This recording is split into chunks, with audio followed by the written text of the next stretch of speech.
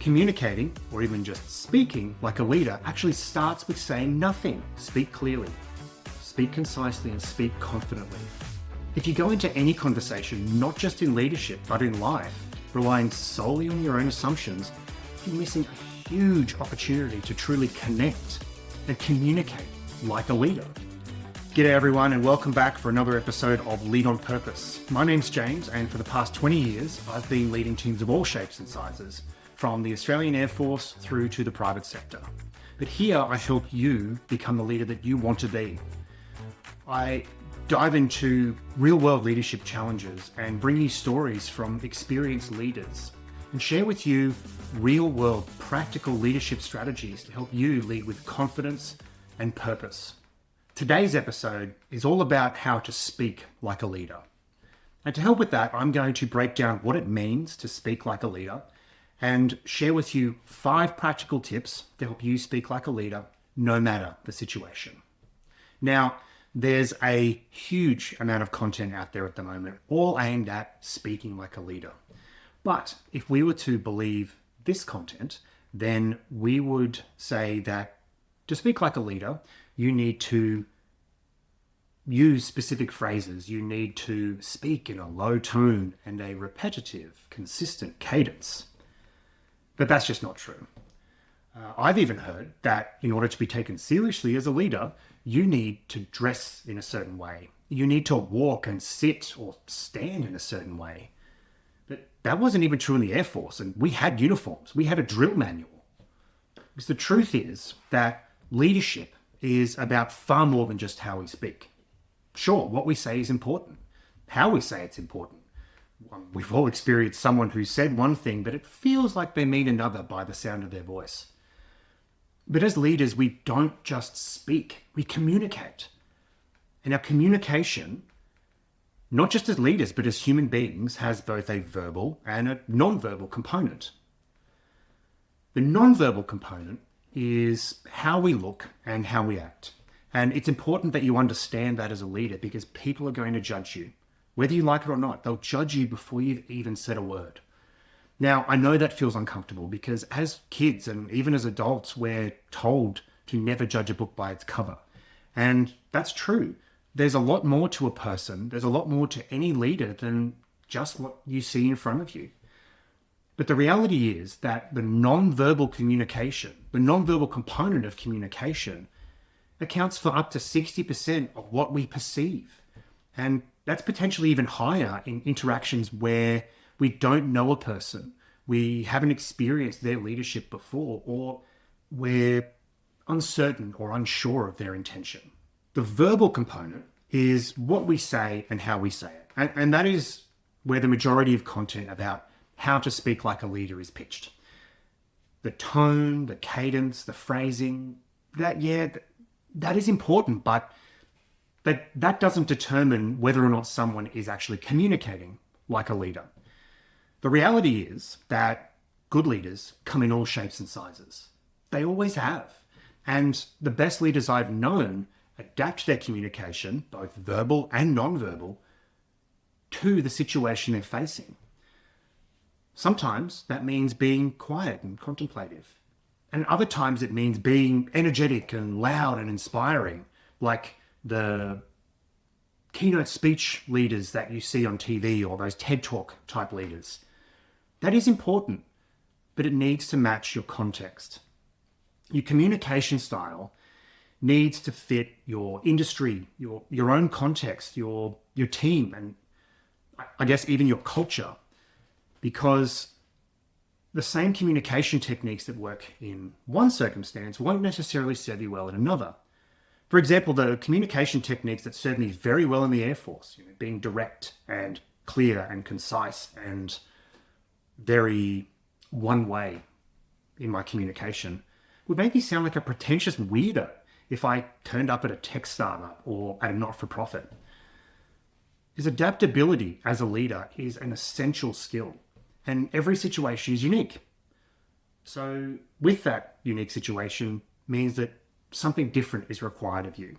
And that's the reality for leaders. We need to adapt in everything we do, particularly communication, because that's how we interact with other people. With that in mind, I'm now going to share with you 5 practical tips that'll help you communicate like a leader, no matter the situation, no matter the context. Tip number 1, listen. Yeah, that's right. Communicating, or even just speaking like a leader, actually starts with saying nothing. Before you speak, take into account the information in the room, absorb what's going on around you. What are people saying? What are they not saying? Which can sometimes be a lot more difficult, but a lot more important.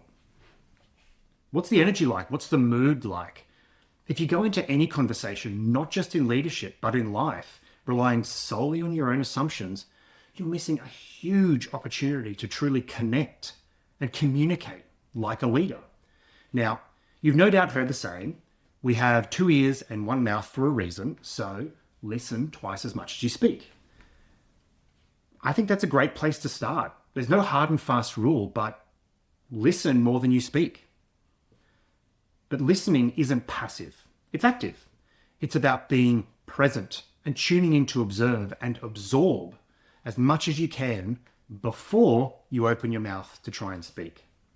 So take that opportunity to understand what's going on around you, understand the reality facing the conversation you're in, and understand that listening is how you set yourself up for success in communication as a leader. Well, communication as a human, actually. Tip number 2, pause and reflect. So as you're listening, take a moment to pause and reflect. Based on what is being said or what's not being said, ask yourself, am I part of the problem? This one question has transformed the way, not only the way that I lead, but the way I interact with friends and family and even my son. If they're telling you about a challenge they're facing, ask, has the influence that you've had, either intentional or not, contributed to the problem? If you feel they're not saying something, if you feel like they're holding back, which is the reality in communication, not everyone feels as comfortable to put themselves out there. If they're not saying what's on their mind, then ask, has your influence created an environment where people feel that they can't be truly open and honest? Once you understand this, then ask yourself, what does the situation require of me? Do they need support? Do they need advice or direction or a bit of clarity around what's going on around them to resolve some uncertainty? Or maybe they just need space to be heard while they work through to their own solution. In my experience, particularly leading teams of highly technical, expert individuals, sometimes these situations can present unique challenges to our leadership communication, because sometimes people just need space to explain a complex problem to someone that doesn't really understand. And by breaking that complex problem down into understandable chunks, they actually do all the work that they need to do to come to a solution. They just needed to explain it in a different way. And in that circumstance, the most effective communication strategy as a leader is to say nothing. It doesn't need your input. So don't put input in, don't give input if it's not needed. Now, if they do need advice or direction, ask yourself, am I the best person to be giving this advice? Or is there someone else in the room better placed to answer? Because as a leader, it's not your job to have all the answers. And in fact, if you try to have all the answers, or you try to always seem like you have all the answers, you're actually stifling what really leads to productive outcomes as a team and an organization. And that's robust, honest conversation where different opinions and different advice is heard. You might not be the technical expert or even have all the context. And so your role as a leader is to create that space for the discussion, not come over the top with answers all the time. But in that, also ask yourself, what am I communicating non-verbally at the moment? I personally have a terrible poker face. So if someone says something that I disagree with, even slightly, I have to work really, really hard to make sure that my face isn't saying something it's not supposed to. Because as much as other people have things they're not saying, we can't let our non-verbal communication unduly influence the interaction we're having. But this kind of reflection we've talked about here doesn't take long. It can happen in a moment. It can happen like that. And it's going to be situation dependent. But having the discipline to consciously reflect on everything that's going around you will set you up for success as you communicate like a leader. Okay, let's just pause for a moment. You probably noticed that the first two tips I've given you about communicating like a leader are all about listening and thinking, not speaking. That's very intentional, because to communicate effectively as a leader, especially in challenging situations, you need to understand what's going on around you. The information and context will inform what is required of you. And it's pretty tough to gather that information if you're the one doing all the speaking. Don't worry though. Your moment to speak is coming up. We'll get there. And when we do, you'll be really glad that you waited. Tip number 3, understand. Before you speak to give advice or direction or provide clarity, make sure that you understand everything you can about the situation. Ask questions and dig deeper. Gather as much information as you can before offering your perspective. It's so easy for us as leaders to dive in to offer our perspective because we want to keep the conversation going. But often, offering our perspective before we've given everyone a chance to share and clarify information can just blunt and halt that robust, productive discussion. You might need to bring someone else in on the conversation. It's okay and pretty essential to admit when you don't have all the information or you don't understand all the information. Because if you don't understand the situation yourself, you can't possibly provide the kind of direction, clarity, or support to people that is needed of you as a leader to move everyone towards a productive and effective solution to a challenging problem. Tip number 4, speak on purpose. All right, we're here. You've waited for it. You've been patient. Now it's your turn to speak. When you speak as a leader, it's not because you want to hear the sound of your own voice. When you speak as a leader, it's because people need something from you. They need to hear something from you. So when you do finally open your mouth, make it count. Give people what they need. Speak clearly, speak concisely, and speak confidently. Don't fill the space with noise. Speak with intention and communicate in a way that moves the conversation forward and helps people take action towards solving a problem. And finally, tip 5, read the room and follow up. Once you've spoken, take a moment to read the room. Does it feel like people understand what you've said? Does it feel like people have what they need to move forward? Are you confident that they have what they need to move forward? If not, that's okay. Follow up. Have the discipline to follow up. Now, the reality is that some people say they're good to go in the moment, but we know they're not. We know that. So let's go back to the first point. Listen, and then pause and reflect. Is there something they're not saying? And this is especially important when there is an emotional undercurrent or emotionally charged discussions, because maybe people are feeling frustrated, confused, or starting to feel disengaged because they're very uncomfortable with the conversation, even if you've made every effort to move it forward in a robust, productive way. But even if they feel that way, they're not necessarily going to say it out loud. Great leaders don't just speak. They communicate, and communication goes in both directions. Great leaders stay connected.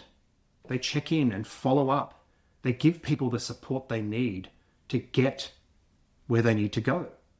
They make sure their message has landed and that people feel supported. Well, as it turns out, most of what will help you communicate like a leader has nothing to do with the sound of your voice. So, put these tips into practice the next time you need to communicate like a leader. Listen first. Great communication starts with silence. Tune into what's being said and what's not being said. Pause and reflect. Reflect on your own role and what the situation requires so that you can respond in a way that has the influence that you want to have. Understand. Ask questions, gather info, dig deeper. You can't move towards a solution for a problem that you don't understand. But that doesn't mean you have to have all the answers. Speak on purpose. When it is your turn to speak, make it count. Clear, concise, confident, and intentional. Then read the room and follow up. Check for understanding. Follow up if needed. Keep communicating, keep connected, and keep supporting your people. Thanks for joining me on this episode of Lead on Purpose. If today's episode gave you something to think about and reflect on, or helped you be a better leader, let me know in the comments. Hit like, hit subscribe, and share this episode with a friend or colleague who also wants to be a better leader. And remember, leadership is not a title. Leadership is a choice. So make that choice and keep leading on purpose. My name's James, and I'll see you next time.